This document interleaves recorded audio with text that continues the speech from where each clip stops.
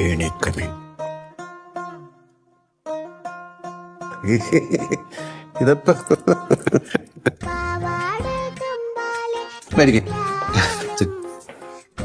എന്താ എന്താ പ്രശ്നം?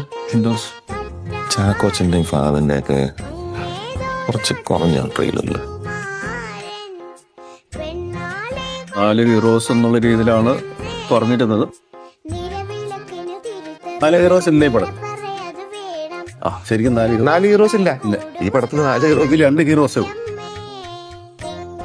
ചാക്കോച്ചനാണ് ഹീറോ. ഫഹദാണ് ഹീറോ.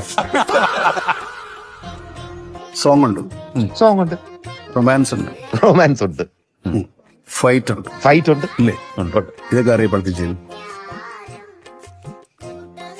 എന്താ ശരിക്കും? Who is the better actor? മമ്മൂട്ടിയാ മോഹൻലാലോ? അയ്യോ